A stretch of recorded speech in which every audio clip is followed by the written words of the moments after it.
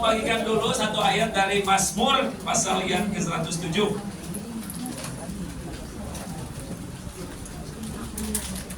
Buka sama-sama di kitab Mazmur 100 yang ke-7, 107. Ayat yang ke-20 ya.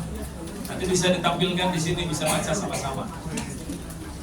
Mazmur pasal yang ke-107 ayat yang ke-20. Nah, di sini ada saudara bisa baca sama-sama. 1, 2, 3.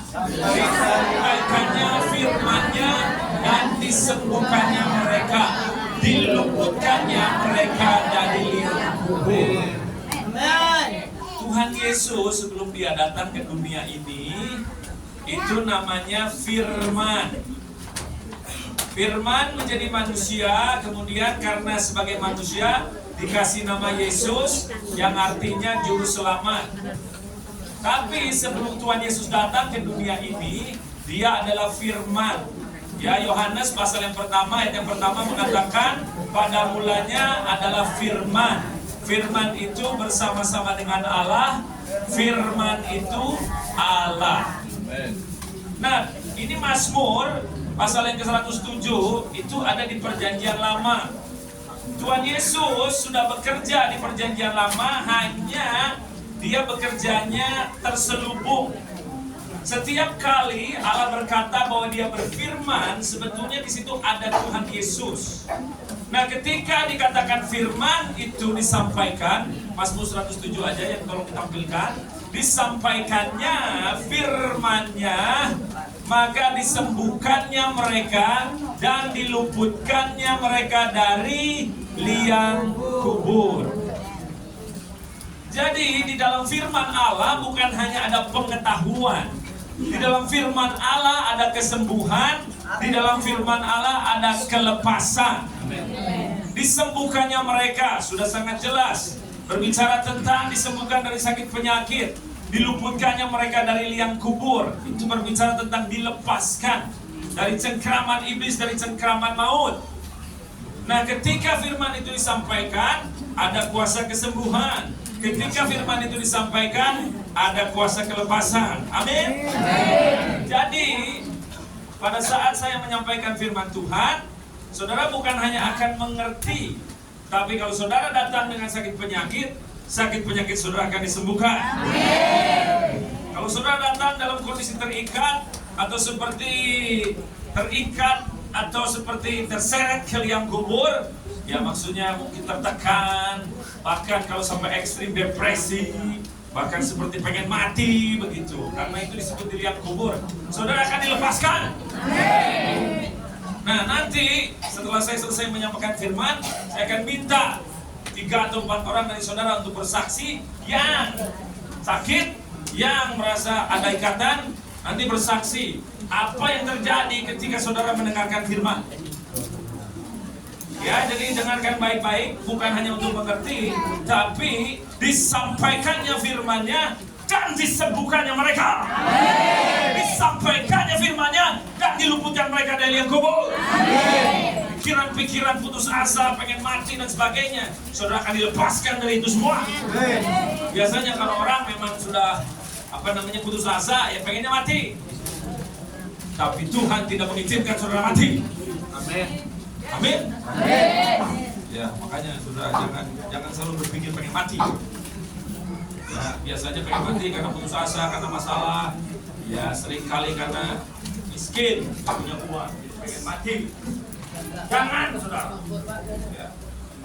Tuhan mau melepaskan saudara dari pikiran pengen mati. Amin. Ya, jadi nanti saya akan kalau apa yang saya sampaikan ini firman Allah, bukan firman manusia, saudara akan disembuhkan. Nah, yang ingin saya sampaikan, ini saya melihat banyak ibu-ibu di tempat ini. Jadi saya perlu menyampaikan apa yang menjadi keinginan Tuhan dari para ibu-ibu dan bapak-bapak juga ya. Tapi kan itu banyak ibu-ibu, jadi saya menyampaikan ini. Mari buka di 1 Petrus pasal 4. Saya tinggal.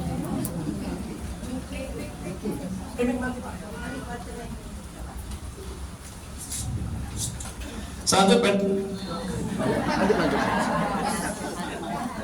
Dahsyat. Begitu. 1 Petrus pasal yang keempat ayat yang ke-7. Baca sama-sama. Tolong dibuka.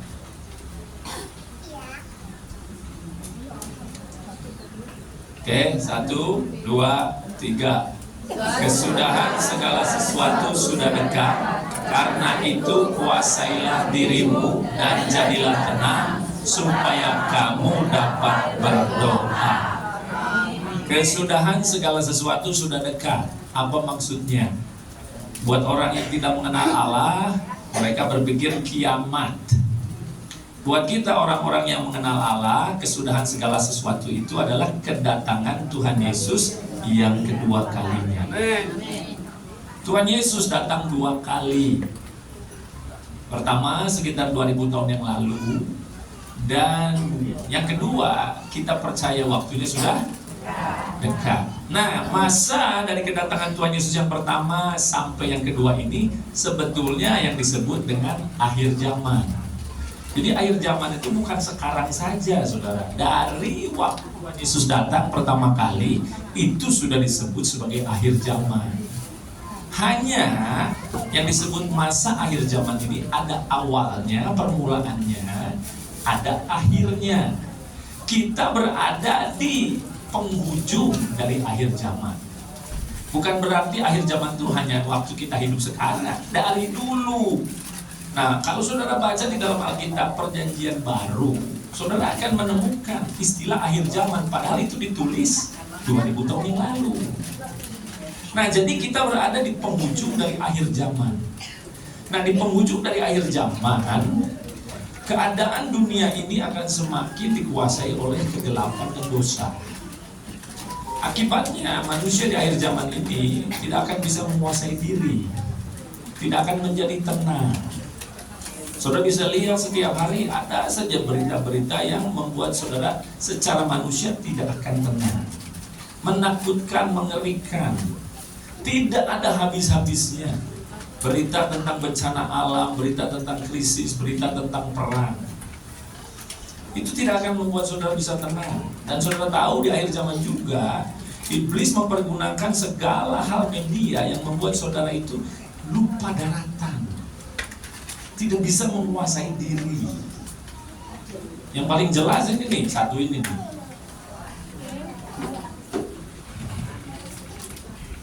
Ya, ini hanya ada di penghujung dari akhir zaman. Tahun 1500 waktu Tuhan Yesus datang pertama kali belum ada.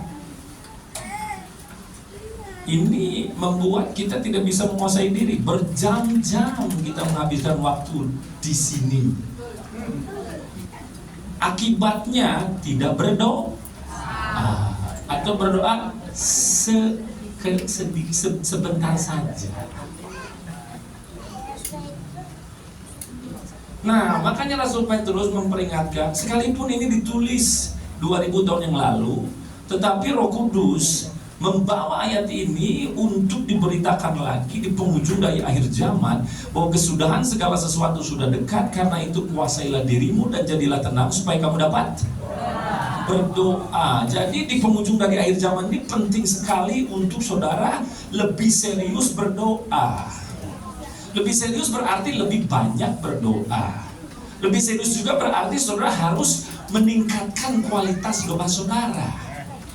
Ya, dari segi lamanya waktu itu sudah pasti, tapi juga saudara harus lebih berdoa dalam sebuah kedalaman. Ya, saudara tahu bahwa di kitab Yehezkiel pasal yang ke-47 diceritakan bahwa pada satu saat Yehezkiel dapat penglihatan ada air yang keluar dari bait suci, dan air ini mengalir, dan Yehezkiel menyusuri air ini, ternyata menemukan ada 4 kedalaman. Kedalaman semata kaki, kedalaman selutut, kedalaman sepinggang, dan kedalaman sungai yang tidak bisa diseberangi. Nah, kita tahu bahwa yang namanya air ini berbicara tentang Roh Kudus, dan dalam konteks doa, maka air ini berbicara tentang aliran doa. Nah, saudara bisa berdoa dalam aliran cuma semata kaki saja. Saudara bisa berdoa dalam aliran selutut, saudara bisa berdoa dalam aliran sepinggang, Tapi kalau kita percaya bahwa kita sudah mendekati ujung dari akhir zaman ini, maka Tuhan berharap kita berdoanya dalam kedalaman sungai yang tidak bisa diseberangi. Karena itu adalah kedalaman terakhir. Kalau saudara ada dalam sungai yang tidak bisa diseberangi, artinya airnya sudah di atas kepala saudara, saudara akan tenggelam, saudara akan hanyut. Jadi kalau kita berdoa, kita harus tenggelam di dalam Roh Kudus dan kita harus hanyut di dalam Roh Kudus. Kalau semata kaki itu adalah untuk mainan anak-anak, masuk ke aliran semata kaki, anak-anak senang. Kalau doanya agamawi, hanya tentang diri sendiri terus, pokoknya tentang berkat terus, semata kaki.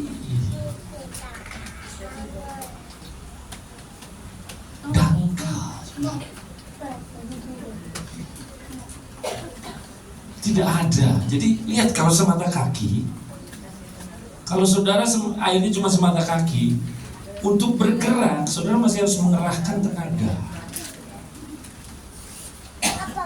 harus mengerahkan usaha saudara. Itu artinya apa? Dalam doa saudara masih mengandalkan diri sendiri, pengertian sendiri, kekuatan sendiri. Tapi lihat bedanya dengan di kedalaman seperti sungai yang tidak diseberangi. Saudara tinggal nyemplung aja, nggak usah bergerak-bergerak, nggak usah mengusahakan, tenggelam kemudian hanyut di bawah begitu.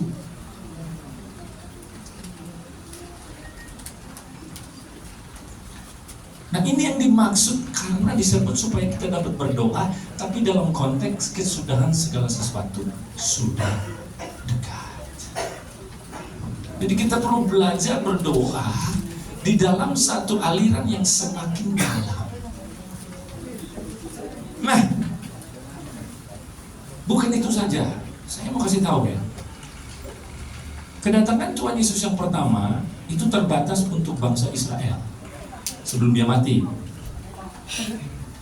Kedatangan Tuhan Yesus pertama bersifat memanggil perorangan. Petrus, Yakobus, Zakheus. Ada seperti Zakheus di tempat ini? Siapa Zakheus di sini? Zakheus itu orang kaya. Waktu dia bertobat, pertobatan untuk orang kaya cirinya ada dua. Pertama, dikatakan waktu Zakheus sudah bertobat, dia bilang apa? Tuhan, kalau ada orang yang kurugikan, kalau aku pernah berbuat curang dengan orang itu, akan kuganti 4 kali lipat. Yang kedua, setengah dari hartaku akan kuberikan kepada orang miskin. Orang kaya yang sungguh-sungguh bertobat akan begini. Kalau nggak begini, belum sungguh-sungguh bertobat. Siap mengganti rugi 4 kali lipat dari uang yang diambil atau dicuri dengan curang korupsi. Siap ganti 4 kali lipat. Ada Zakheus? Zakheus? Mana Zakheus? Coba lihat kiri kanannya. Katakan, namamu Zakheus bukan? Ayo ganti lipat, ayo dulu.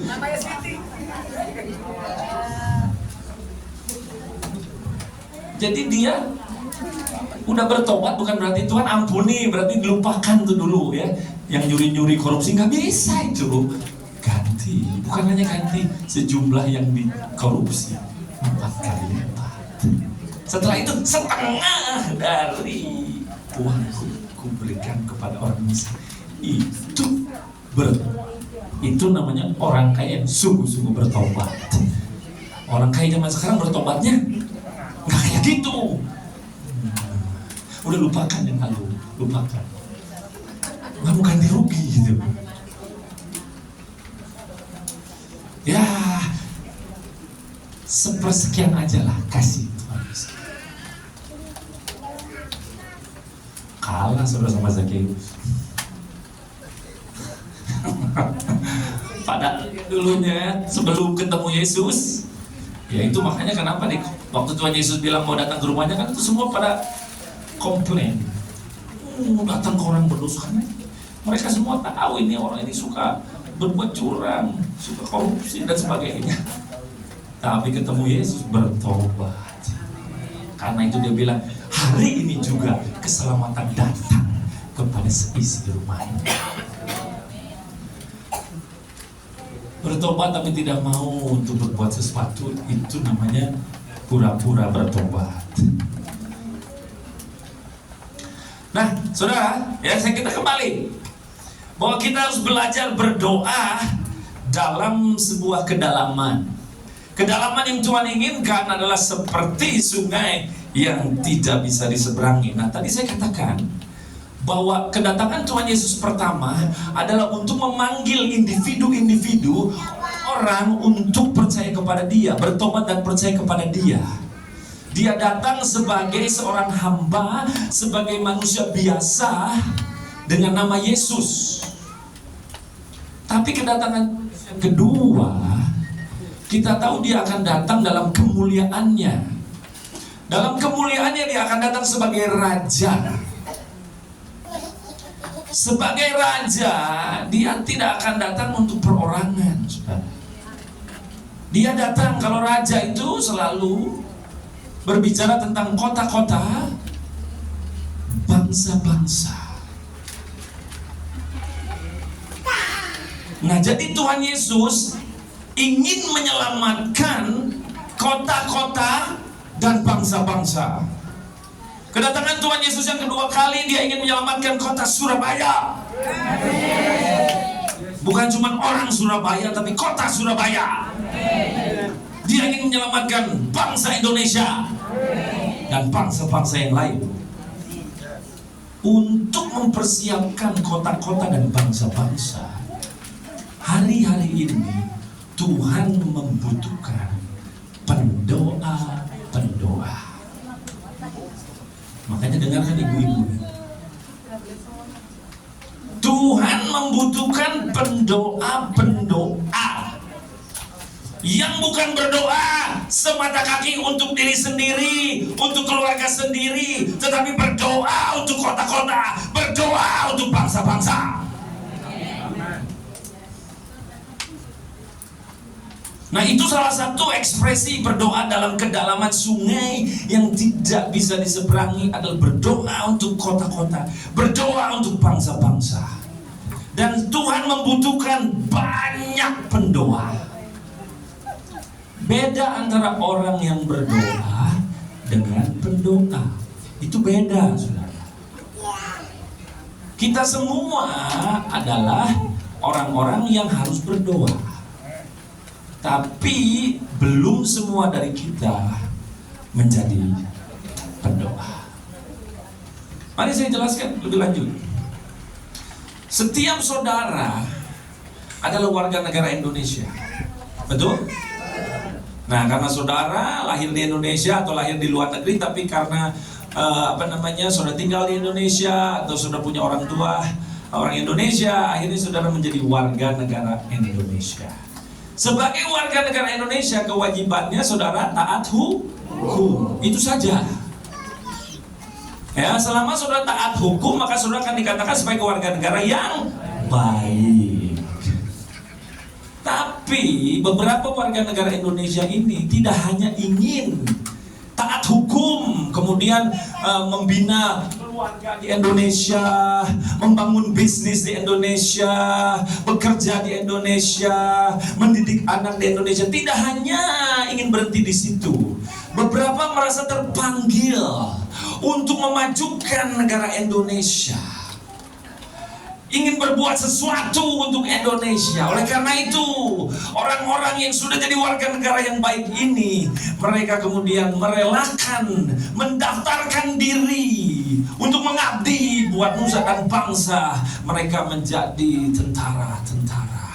Mereka mendaftar ingin menjadi tentara yang ingin membela negara Indonesia, melindungi negara Indonesia. Tidak semua warga negara Indonesia mau menjadi tentara atau prajurit. Hanya yang terpanggil ingin. Sebetulnya setiap warga negara Indonesia bisa menjadi tentara-tentara. Tapi masalahnya Tidak semua memiliki motivasi itu, merasa memiliki panggilan itu, merasa mau untuk mengabdi seperti itu. Tapi buat yang mau dan akhirnya memutuskan untuk menjadi tentara, maka orang-orang ini kehidupannya bukan lagi hanya untuk diri sendiri. Kehidupannya dia akan mulai melepaskan segala sesuatu yang bersifat menyenangkan diri sendiri. Karena begitu mendaftar menjadi tentara, kehidupannya akan berbeda dengan masyarakat biasa. Harus terus bangun pagi, harus latihan, harus disiplin, harus latihan perang. Dan kehidupannya benar-benar lebih ketat, lebih disiplin, lebih selalu yang didengung-dengungkan, yang diajar adalah bagaimana mencintai negara Indonesia, bagaimana membela negara Indonesia, apa yang menjadi sejarah negara Indonesia dan segala macam. Supaya air tertanam satu cinta ke tanah air dan bahkan siap berkorban untuk tanah air.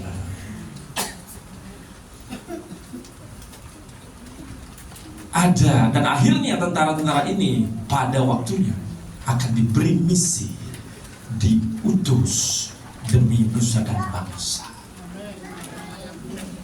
Orang-orang percaya kebanyakan adalah warga negara saja, belum menjadi utusan kerajaan Allah, baru jadi warga negara kerajaan Allah.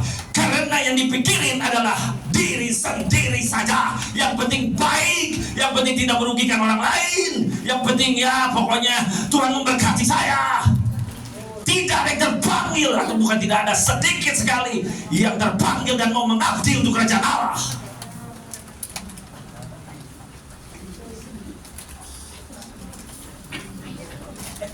Itu bedanya. Orang-orang yang berdoa belum menjadi pendoa. Karena kalau jadi pendoa itu artinya sudah jadi prajurit doa.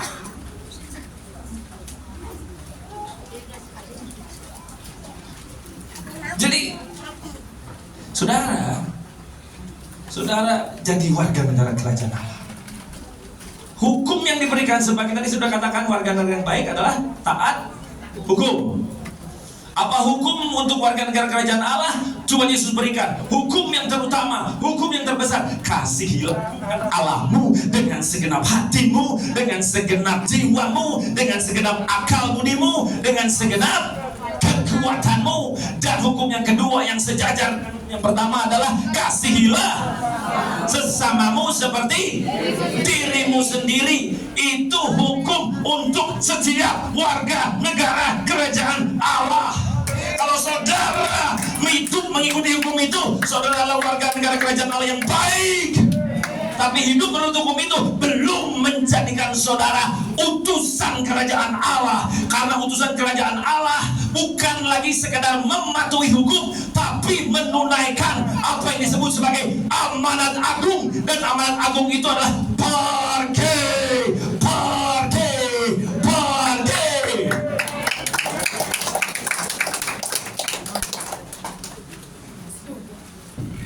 Hidup dalam kasih itu dasarnya. Tapi kalau saudara tidak mau pergi, saudara belum menjadi utusan kerajaan Allah.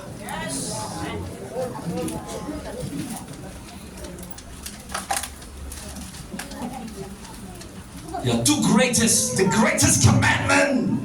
Love the Lord your God. Love your neighbor. The Great Commission. Go!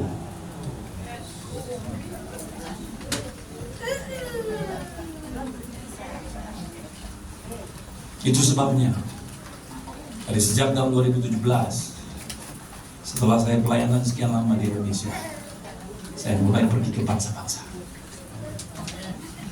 Sampai saat ini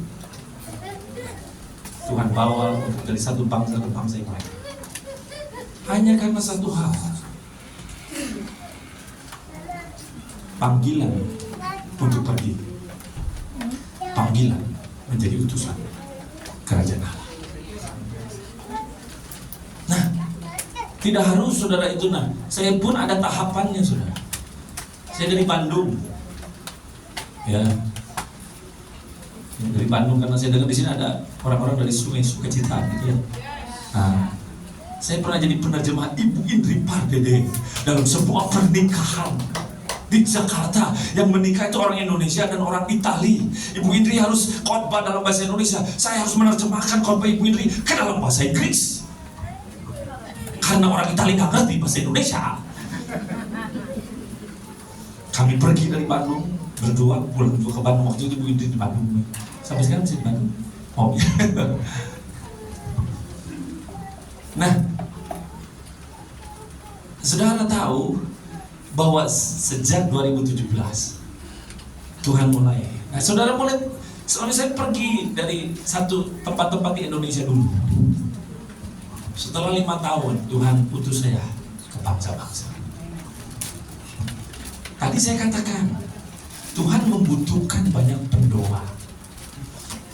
Tapi saudara, ini yang disebut pendoa ini bukan sekedar berdoa, tapi menjadi prajurit doa. Menjadi prajurit doa berarti satu, lihat, kalau jadi tentara itu nggak akan pernah mikirin tentang diri sendiri. Bukankah disebutkan dalam Alkitab, ikutlah menderita sebagai prajurit yang baik dalam Kristus Yesus. Seorang yang sedang berperang tidak memusingkan diri dengan kehidupan sehari-harinya. Mana ada tentara yang memusingkan diri dengan kehidupan sehari-harinya, karena tentara itu harus fokus kepada misi. Bayangkan kalau tentara lagi perang mau nembak terus mikir, aduh tagihan listrik belum dibayar gitu. Tidak akan fokus.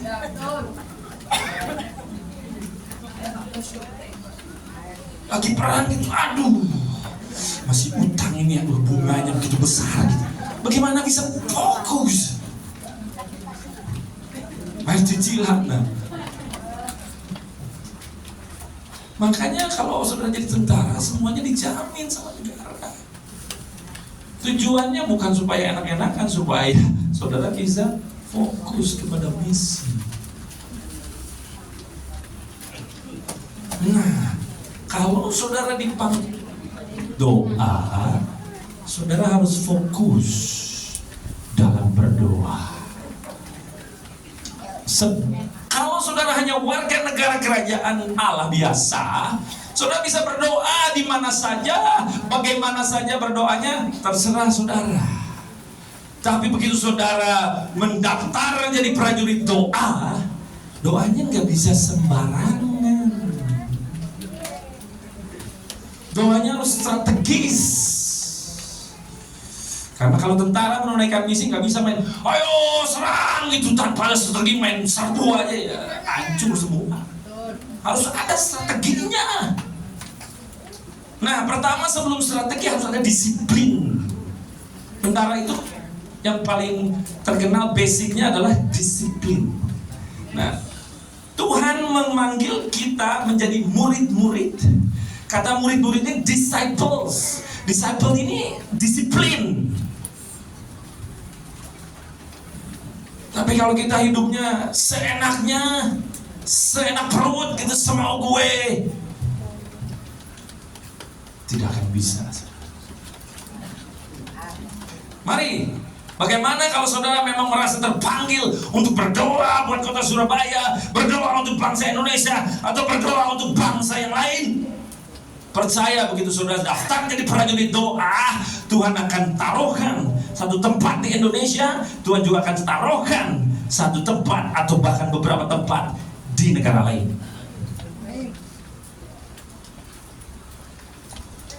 Nah, untuk menjadi prajurit doa, saudara perlu melatih diri saudara. Ada 3 yang menjadi menjadi sesuatu yang harus saudara bangun dalam kehidupan saudara. Yang pertama berdoa dan berpuasa. Sudah pasti. Warga negara biasa berdoa nggak usah puasa. Prajurit doa, kalau doa harus disertai. Warga negara biasa silakan mau makan capcay apapun, silakan. Ya soto apapun gitu ya. Bebas. Begitu jadi tentara, ada makanannya itu dikhususkan. Nggak bisa tentara itu kegemukan. Bagaimana caranya itu? Mau perang, mau lari. Nggak bisa. Harus gesit, harus cepat. Warga negara mau gendut sebesar apapun nggak ada masalah. Yang penting nggak melanggar hukum.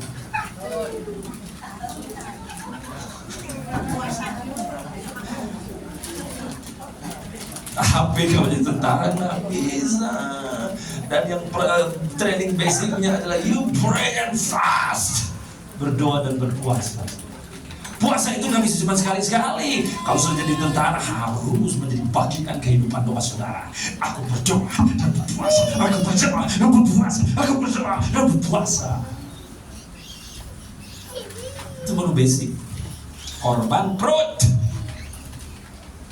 Nah, di zaman menjelang kedatangan Tuhan Yesus ini, banyak orang yang Tuhannya itu bukan di sana di atas, di sini. The God of your belly. Sebelum Tuhan Yesus datang, orang akan makan minum. Oh, itu dikatakan oleh Tuhan Yesus sendiri itu. Dan itu jebakan untuk hamba-hamba Tuhan.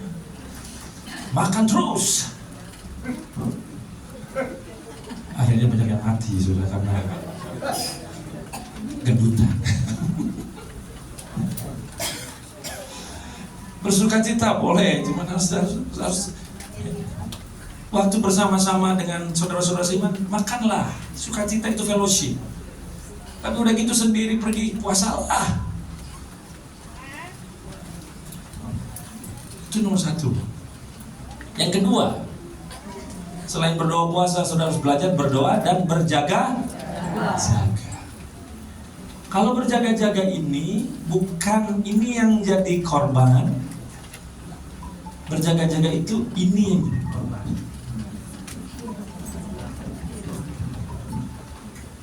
Karena berjaga-jaga itu di malam hari.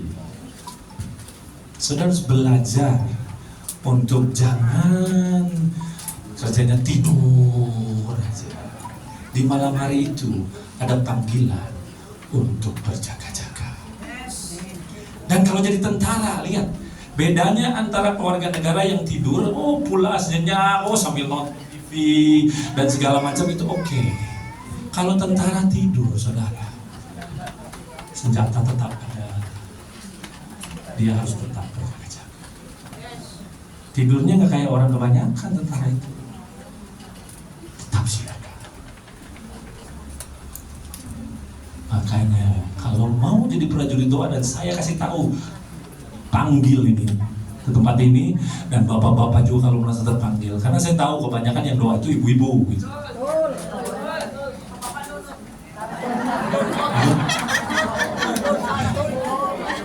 Nurut maksudnya? Oh, mengikuti, oke. Saya di luar negeri nggak ngerti bahasa setempat, ya bisa dipahami. Di Indonesia tetap saya nggak ngerti bahasa setempat ini. Oh, bahasa Surabaya, oke. Nah, saudara harus belajar berjaga-jaga. Artinya yang pertama, selalu siap kalau malam-malam lagi tidur dibangunkan Tuhan. Juga ada waktunya di mana saudara berdoa semalam-malaman. Itu prajurit doa. Korban tidur, satu korban makan, dan yang ketiga, yang pertama pray and fast, yang kedua pray and watch, yang ketiga pray and go.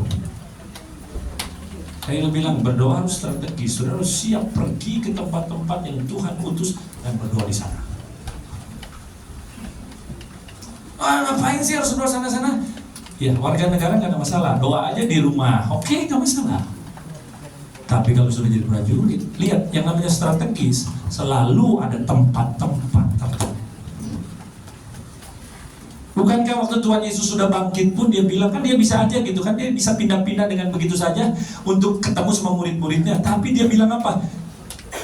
Kamu nanti kalau aku sudah bangkit, pergi ke gunung di Galilea, aku akan menemuimu di sana.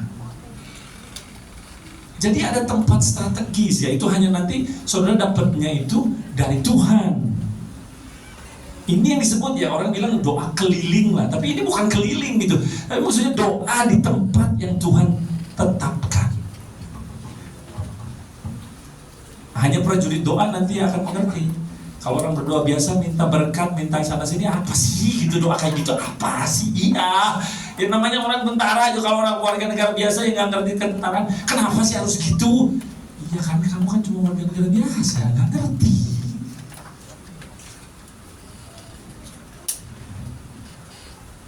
Nah, saya nggak tahu kenapa, tapi saya merasa harus menyampaikan ini karena Tuhan memanggil saya. Yang puji Tuhan kalau semua, tapi paling tidak beberapa dari saudara untuk menjawab panggilan ini menjadi prajurit-prajurit doa. Amin.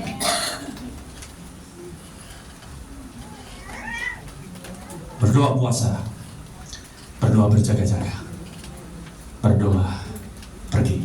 Amin. Sudah mulai saya ketemu beberapa kelompok doa yang melakukan perjalanan doa ke berbagai tempat.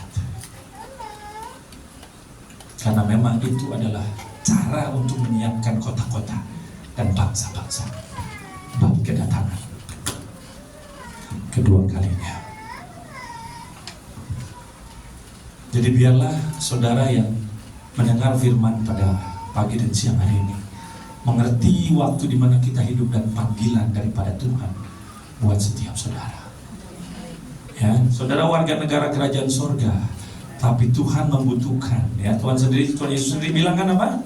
Tuayan memang banyak, tetapi pekerja sedikit. Dan untuk pekerja itu, di dalamnya itu ada pendoa-pendoa yang Tuhan. Nah, begitu sudah daftar, sama seperti kalau orang itu warga negara daftar jadi tentara, mulai dilatih. Percayalah kalau saya bilang, Lord, this is me Lord, ini aku Tuhan, aku mau jadi prajurit doa. Begitu sudah daftar, seketika itu juga Roh Kudus akan mulai mengajar saudara untuk berdoa sebagai prajurit doa. Tidak lagi doa yang biasa-biasa, bukan cuma sampai kaki, bukan cuma sampai selutut, bahkan juga bukan sampai sepinggang, tapi tenggelam di dalam doa, hanyut di dalam doa.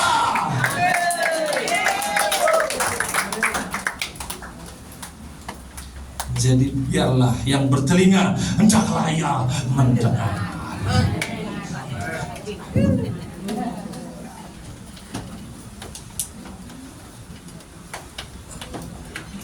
Coba yang tadi datang dengan sakit penyakit dicek.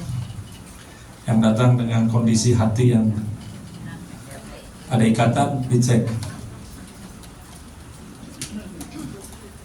Kalau saya nggak tahu ya sakitnya, ada yang mungkin kerasa, ada yang mungkin harus diperiksa. Nah, buat yang bisa merasakan perbedaannya ketika saudara mendengarkan firman Tuhan, tolong coba, ada nggak tadi, saya nggak tahu ya saudara yang tadi angkat tangan, ada nggak yang sudah merasakan perbedaannya? Bu, maju ke depan Bu, ceritakan apa yang terjadi waktu dengar firman. Yang lain siap ya? Yang kedua, ketiga ya, bisa sakit badani atau sakit jiwani. Silakan, ceritakan Bu, apa yang Ibu alami waktu dengar. Salam puji nama Tuhan. Salam. Saya memang sakit penyakit, saya ini tinggi sekali, 600. Saya ini, tapi saya puji Tuhan, bahkan masih memberi saya kesehatan, masih bisa bekerja, menopang kehidupan saya sendiri. Tapi saya tadi mau ke sini, badan saya sekali tidak tahan gitu, kalau mau pingsan. Ibu saya tuh diam, tapi ya Tuhan menyertai, Tuhan melindungi saya. Dengan firman saya sudah agak lega. Saya agak tenang begitu, nggak apa, ya nggak ada rasa lemas, nggak ada rasa apa-apa. Dan di rumah itu saya ini kayak bagaimana Tuhan beri perlindungan, saya mau pergi ke gereja Tuhan, memuji dan menyembah-Mu Tuhan. Tapi berkat Tuhan yang baik, Tuhan Yesus yang baik, saya dipulihkan hari ini. Haleluya. Satu contoh, siapa lagi? Ayo. Iya, ini Bu. I know firman itu disampaikan dan disembuhkan.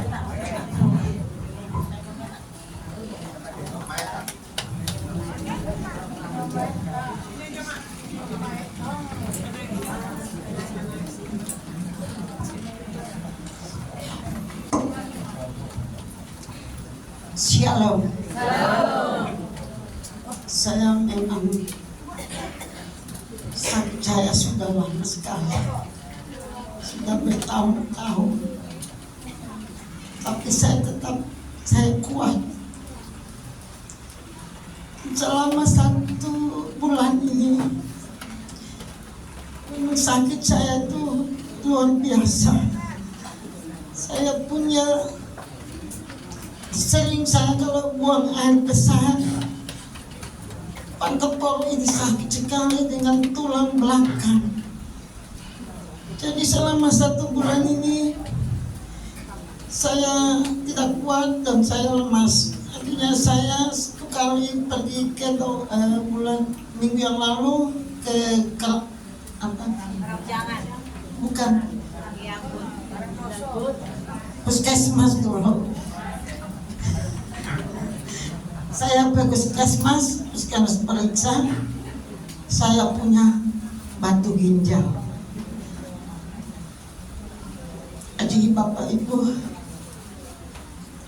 ternyata saya langsung bawa surat semua ke rumah sakit Iliambut. Tunggu dokter itu sampai jam 12 baru dokter datang. Orang sudah mau mati kok lama sekali. Tapi puji Tuhan, Tuhan bilang saya harus kuat menghadapi semuanya. Apa yang Ibu alami waktu tadi mendengarkan firman? Dan saya dengar firman itu, untuk firman sudah menguatkan saya, dan saya harus kuat. Dan saya tadi naik ini sakit, tapi agak lumayan ya. Puji Tuhan, itu semua karena Tuhan. Amin. Ya, itu nanti disempurnakan kesembuhannya. Jadi sudah dimulai ya, puji Tuhan. Oke, 1 orang lagi. Oke, Bapak. Oh, ya. Biasa ibu-ibu berdoa, ini Bapak berdoa.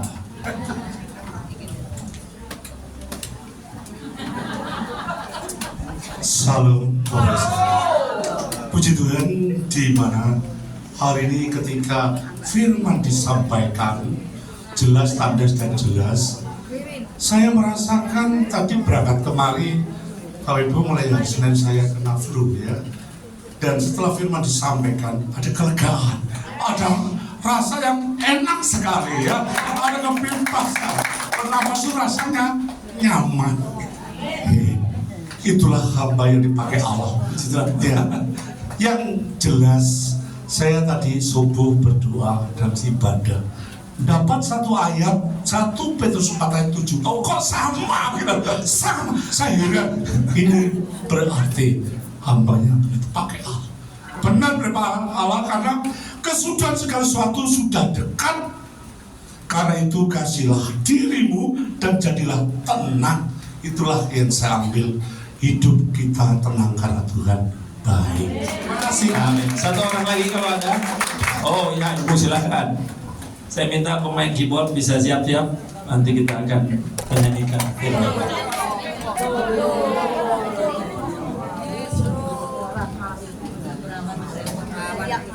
Kasih Bu.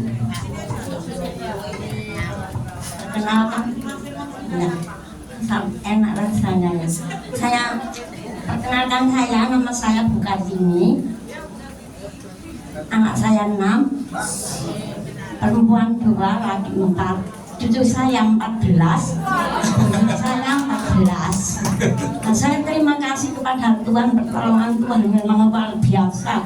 Hari raya itu anak saya laki-laki semua kunjungan ke rumah rupanya sendiri-sendiri. Anak saya perempuan dekat. Ternyata saya tinggal di rumah sama Tuhan. Saya ini kok mendadak pantuk itu seperti katanya orang dulu, kok bentukan kayak gini gitu. Sungguh saya nggak bohong. Saya ini batuk sama Tuhan, tolong Tuhan saya, Tuhan. Saya jangan dipanggil sekarang Tuhan, kalau dipanggil sekarang anak saya belum pulang Tuhan. Terus apa itu? Nanti aja saya siap dipanggil Tuhan kalau anak saya sudah pulang. Nah, dapat apa? Ya, terima kasih dapat. Ya. Saya ini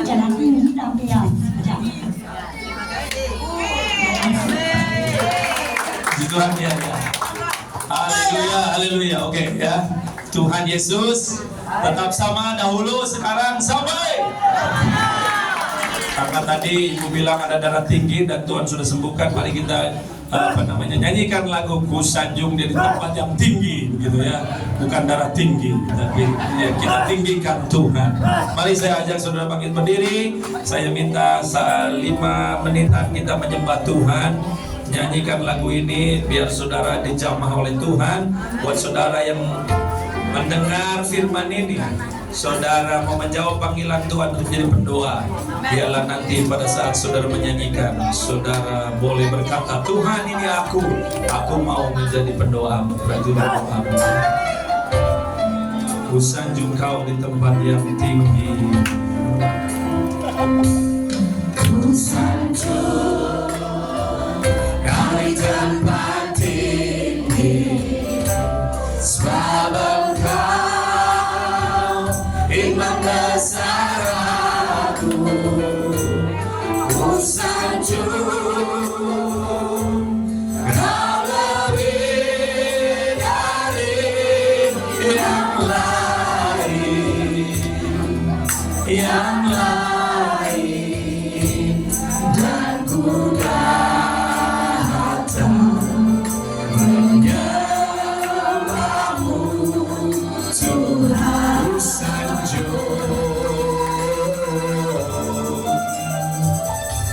Ku sanjung kau di tempat tinggi, sebab Engkau iman besar aku. Ku sanjung kau lebih dari yang lain, dan ku datang menyembahmu. Sekali lagi, sanjung haleluya.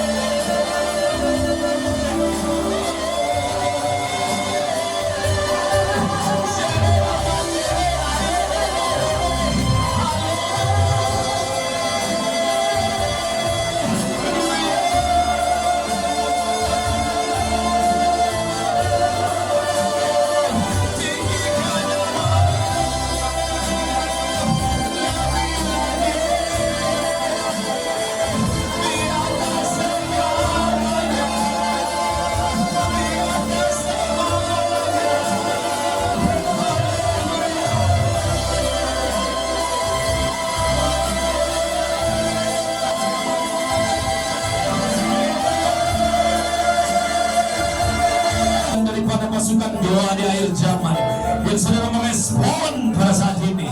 Katakan kepada sang komandan Tuhan Yesus, Panglima yang tertinggi, aku mendaftar. Haleluya, oh Ramana, haleluya.